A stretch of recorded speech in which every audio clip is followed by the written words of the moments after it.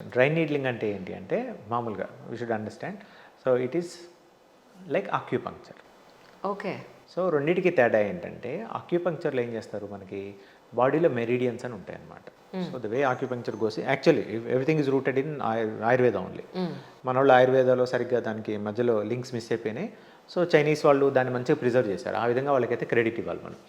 So వాళ్ళు ఏంటంటే మనకి బాడీలో మెరిడియన్స్ ఉంటాయి, 60,000 ఉంటాయి మెరిడియన్స్. సో ఒక్కో మెరిడియన్ నుంచి ఒక్కో ఆ మెరిడియన్ అంటే ఏంటంటే ఫ్లో ఆఫ్ ఎనర్జీ. సో దాంట్లో ఏం చేస్తారు, ఎక్కడైతే మనకి ఆ మెరిడియన్లో ఫలానా చోట బ్లాక్ అయినప్పుడు that can lead to heart problem, that can lead to lungs problem. ఇది ఆక్యుపంక్చర్ సైన్స్. సో ఎక్కడైతే బ్లాక్ అయిందని వాళ్ళు వాటిని స్టడీ చేస్తారో వాళ్ళ సిమ్టమ్ బట్టి ఏం చేస్తారంటే కరెక్ట్ అక్కడ they go and tap the needle. అక్కడ ఎనర్జీ బ్లాక్ అయింది కాబట్టి బ్లడ్ బాగా గష్ అవుట్ అవుతుంది. సో బ్లీడింగ్ అవుతుంది, చాలా బ్లీడింగ్ అవుతుంది అనమాట. ఓకే. సో ఇది traditional acupuncture. So back in 70s ఏమైందంటే one of this Chinese who is very much interested in neurobiology, తను పిహెచ్డీ చేయడానికి అమెరికా వచ్చారు. సో వాళ్ళకి చైనాలో ఏంటంటే మీకు you will not believe, appendicitis వచ్చినా సర్జరీ చేయకుండా ఆక్యుపంక్చర్తో they treat the appendicitis till date. So it is వాళ్ళు దాన్ని మంచి ప్రిజర్వ్ చేసుకున్నారండి. ఆ సిమిలర్ థింగ్స్ మనకి ఆయుర్వేదాలో కూడా ఉన్నాయి, బట్ మనకి ఏంటంటే కనెక్ట్ ఈస్ లాస్ట్. అదే మనం ఏమంటారు, ఇతర దేశాల వాళ్ళు మన సాంప్రదాయాన్ని పాటిస్తున్నారు కానీ మన సాంప్రదాయాన్ని మనం ఎప్పుడో పక్కన పెట్టి అనవసరంగా ఇతర దేశాల గురించి పరిగెడుతూ ఉన్నాం. ఎగ్జాక్ట్లీ. సో అయితే ఏమైందంటే ఆక్యుపంక్చర్ అతనికి వచ్చినప్పుడు ఐడియా వచ్చింది, ఈ మసిల్స్ నర్వ్స్ నుంచి చదువుతున్నప్పుడు ఆల్రెడీ మనకి నీడిల్ సైన్స్ ఉంది కదా, దీన్ని మనం మసిల్స్కి అప్లై చేస్తే ఎలా ఉంటుంది అని చెప్పేసి ఆయనకి వచ్చినట్టు థాట్ పట్టేసి, ఆయన పేరు కూడా నాట్ జాక్మా బట్ ఇంకోమా, సో ఆయన డెవలప్ చేశారన్నమాట దీన్ని డ్రై నీడ్లింగ్ టెక్నిక్. సో రెండింటికి తేడా ఏంటంటే మీరు ఆక్యుపంక్చర్లో కరెక్ట్ పాయింట్ మీరు హిట్ చేసినప్పుడు బ్లీడింగ్ అవుద్ది, బట్ డ్రై నీడ్లింగ్లో మేమేం చేస్తాము, మసిల్స్ని స్టిమ్యులేట్ చేస్తాం. మసిల్ స్టిమ్యులేట్ చేయడం వల్ల ఏంటి, బ్లీడింగ్ అవ్వదు. సో అందుకని అమెరికా వాళ్ళకి ఫర్ కన్వీనియన్స్ బ్లడ్ వస్తుంది కాబట్టి అది వెట్ నీడ్లింగ్, బ్లడ్ రాదు కాబట్టి ఇది డ్రై నీడ్లింగ్. సో అట్లా డ్రై నీడ్లింగ్ అన్నది స్టార్ట్ అయింది అనమాట. సో ఏ కండిషన్స్కి బాగా ఉపయోగపడుతుంది అంటే ఇప్పుడు మేమంతా మామూలు పేషెంట్స్ కూడా మేము ఒకటే చెప్తాం అన్నమాట, మా డ్యూటీ ఏంటంటే మీ అంతటి మీరు ఎక్సర్సైజ్ పెయిన్ రాకుండా ఈ కండిషన్ ఇంకా వర్సన్ అవ్వకుండా చేయడం వరకు తీసుకెళ్ళడం, ఆ ఎక్సర్సైజ్ మీకు నేర్పించి వదిలేయడం మా బాధ్యత అని చెప్తాం. అక్కడికి తీసుకెళ్ళడానికి ఇది ఒక సాధనం అన్నమాట మాకు. ఏంటంటే ఫర్ ఎగ్జాంపుల్ ఇందాక నేను మీకు చెప్పిన విధంగానే కుడి మోకాలికి దెబ్బ తగిలింది, బాడీ ఆటోమేటిక్గా లెఫ్ట్ దాని మీద డిపెండ్ అవుతుంది. దాన్నే మీరు మసిల్ సైన్స్లో చూసుకుంటే అన్హెల్దీ హ్యాబిట్స్ కానీ సరిగ్గా కూర్చోవడం అలాంటి కారణం ఏమవుతుందంటే 1-2 మసిల్స్ సరిగ్గా పనిచేయవు. బ్రెయిన్ ఏం చేస్తే వాటిని సర్పా చేసేస్తుంది, వదిలేసేస్తుంది, అవి లూప్లో ఉండవు. ఆ 2 మసిల్స్లో మిగతా మసిల్స్ మీద పడుతుంది. సో అది మనకి అది హ్యాబిట్లు ఏమవుతుందంటే ఈ మసిల్స్ ఓవర్ యూజ్ అయిపోతాయి. సో వెన్ వీ ఐడెంటిఫై పలానా మసిల్ ఎప్పుడైతే పనిచేయట్లేదని తెలిసినప్పుడు దానికి మెనీ టెక్నిక్స్ ఉంటాయి, బట్ డ్రై నీడ్లింగ్ చాలా ఎఫెక్టివ్. ఎందుకంటే 2 విధాలు. ఒకటి ఏంటంటే ద మూమెంట్ వి ట్యాప్ బ్రెయిన్కి ఇమీడియట్ కనెక్షన్ వస్తుంది. ఓకే, ఈ మసిల్ లూప్లో ఉండాలి, లెట్స్ బ్రింగ్ ఇట్ బ్యాక్ అని వస్తుంది. అండ్ దానికి స్టిమ్యులేషన్ చేసినప్పుడు ఏమవుతుంది, మసిల్ కూడా మంచి వాల్యూమ్ బిల్డ్ అవుతుంది, స్ట్రెంథనింగ్ అవుతుంది అని అలా. సో డ్రై నీడ్లింగ్ మామూలుగా దేనికి యూజ్ చేస్తుంటే మేము ఫిజియోథెరపీలో హెడేక్ నుంచి హీల్ పెయిన్ వరకు అన్నిటికీ డ్రై నీడ్లింగ్ యూజ్ చేయొచ్చు. Right. So depending on the readiness of the patient. Right. కొంతమంది సూదులండి మాకు భయం అండి అది ఇది అంటారు. సో నేను చెప్తుంటే ఎక్సర్సైజ్ చేయొచ్చండి, బట్ మీరు 10 రోజులు కష్టపడి ఎక్సర్సైజ్ చేసింది, పర్టికులర్లీ నొప్పి ఉన్నప్పుడు ఒక సెషన్ నీడ్లింగ్లో చేసింది ఈక్వల్ ఎఫెక్టివ్. అనెస్థెసియా, లోకల్ అనెస్థెసియా ఏమి అప్లై చేయరు, అనెస్థెటిక్ ఏమి అప్లై అలాంటి వాళ్ళు ఎలా మరి? సో మామూలు కొంతమంది అడిగితే మేము చెప్తా అంటే అనెస్థెసియా ఇస్తూ ఉండే చెప్తాం, but what we do is surgical spirit apply చేస్తాం. డిజిన్ఫెక్ట్ చేయాలి కదా ఏరియాని, ఆ సర్జికల్ స్పిరిట్ కొంతసేపు నమ్నెస్లా ఉంటుంది.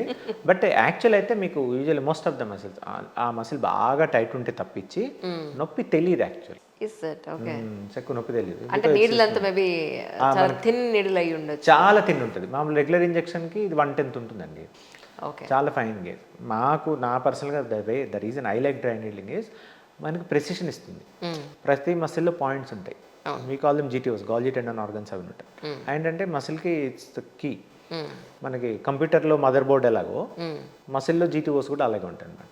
ఈ ప్రెసిషన్ వల్ల వీ గెట్ యాక్టివేట్ అవ్వగానే brain immediately recognise that muscle. So dry needling ఆ విధంగా వెళ్ళిపోతుంది. అడ్వాన్స్డ్ ఫిజియోథెరపీ ట్రీట్మెంట్స్ ఇప్పుడు కొత్తగా వచ్చినవి ఏంటి అని అంటే ఏం చెప్తారు సార్? Good question.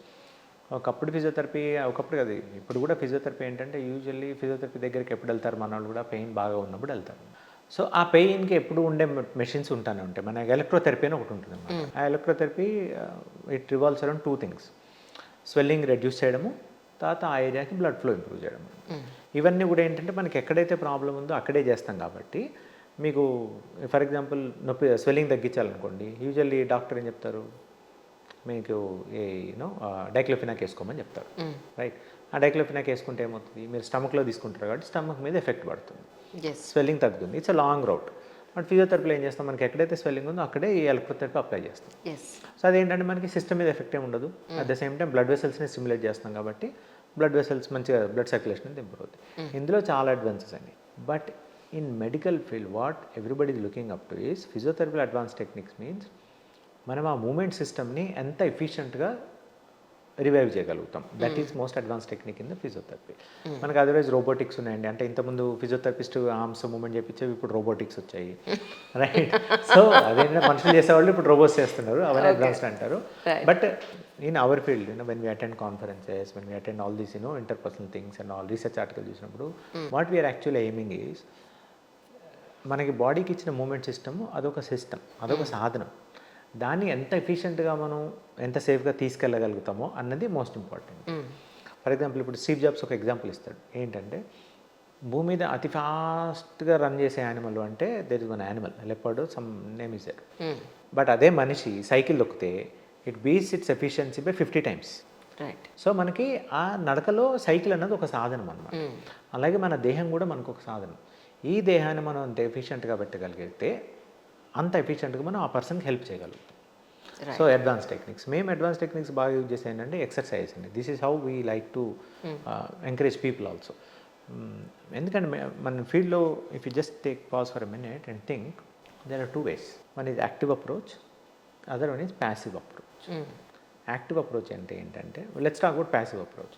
మన ఇప్పుడు ఉన్న మన మెడికల్ సిస్టమ్ అంతా కూడా across the world goes around passive approach.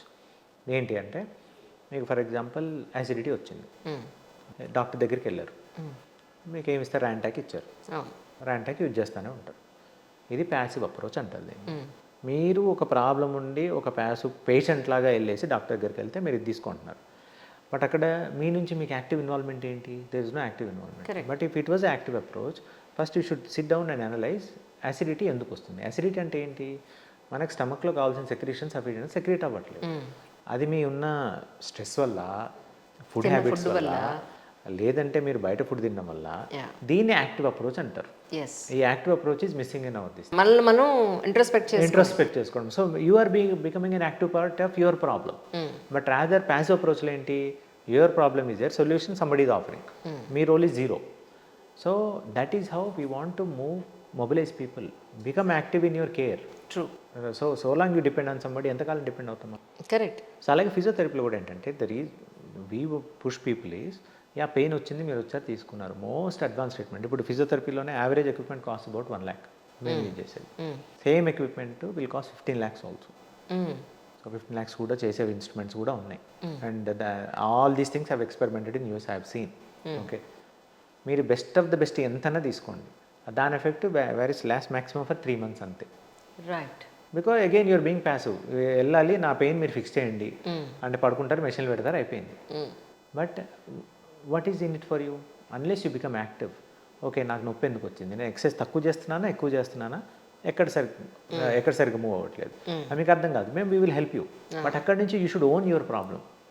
నేను ఇలాగే కంటిన్యూస్గా లేవకుండా 2 hours కూర్చుంటే నాకు బ్యాక్ పెయిన్ వస్తుంది, ఫస్ట్ మీకు అర్థం కావాలి. అర్థమయ్యాక what you're doing for that. So ఈ ఎక్సర్సైజ్లో there are many advance things. So both we use the western culture and then మన యోగా కల్చర్, ఇవన్నీ పెట్టేసేసుకుని the way we help people becoming active is the best thing we can do for people. Correct. So ఈ physiotherapy advance machines ఇవన్నీ తీసుకోవచ్చు. మీరు మామూలు కూడా యూట్యూబ్లో చూసే ఉంటారు, first time in South India, first time in north India, ఇవన్నీ పెడతా ఉంటారు. బట్ ఆ మెషిన్స్ వల్ల ఏంటంటే, you are spending 15 lakhs, we can get money and all. But end of the day, who's bearing that cost? Patient is only bearing the cost. Yes. So that 15 lakhs to ayedi, I can accomplish the same thing with a needle out. Right.